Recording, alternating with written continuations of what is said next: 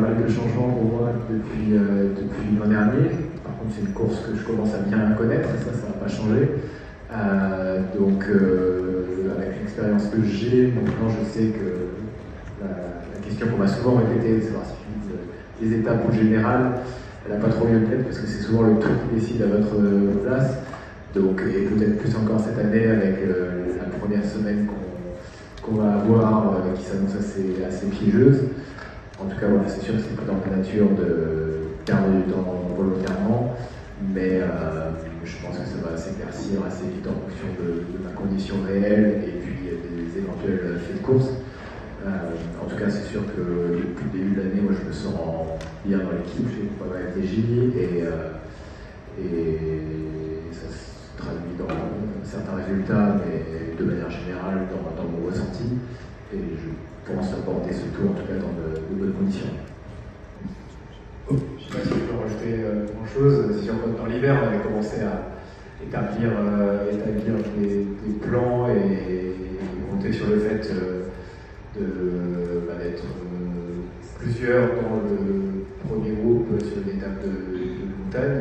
Moi, ce qui est souvent dans les équipes précédentes n'était jamais forcément trop arrivé. Ce sera peut-être le cas du coup sur la Volta, mais je pense que voilà, je vais pas rajouter grand chose comme l'a dit Valentin. On a aussi un effectif solide ici, et je me rappelle du col de la Lose des deux précédentes éditions où je pense qu'on avait monté le col de la Lose à peu près ensemble. Voilà, Valentin par exemple, en haute montagne aussi, surtout en troisième semaine, peut évoluer à très haut niveau. Entre une 15e place sur une étape, voilà, c'est mieux de gagner l'étape que de faire 15e, c'est une question évidente, non? Pourquoi est-ce que tu privilégies tant cette place au général plutôt qu'une victoire du SAD? Il y a beaucoup de coureurs français cette année qui visent les victoires d'étape.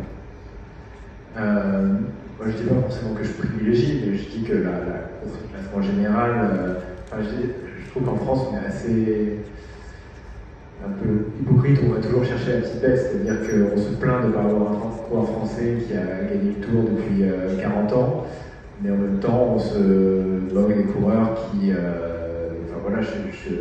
c'est aussi ce dont je suis capable, voilà, je ne prends pas le départ du Tour pour gagner le classement général, donc ce sera plutôt dans les eaux de ce que je peux avoir fait par le passé. Mais voilà, là, je suis en pensant aux jeunes, par exemple, aux jeunes talents qui arrivent dans le peloton français. Il faut être capable d'abord de faire 10e, 8e, 7e avant de penser à la victoire. Et si on n'apprend jamais ça, si on ne se lance jamais dans cette course-là à la régularité, finalement on ne sera jamais capable de jouer le général. Donc je pense qu'en France, il faut aussi revaloriser ça si un jour on veut avoir un vainqueur français du Tour. Parce que oui, c'est trop facile d'espérer un vainqueur français du Tour qu'on n'a pas depuis 40 ans et en même temps dire qu'il faut juste vider les victoires d'étape.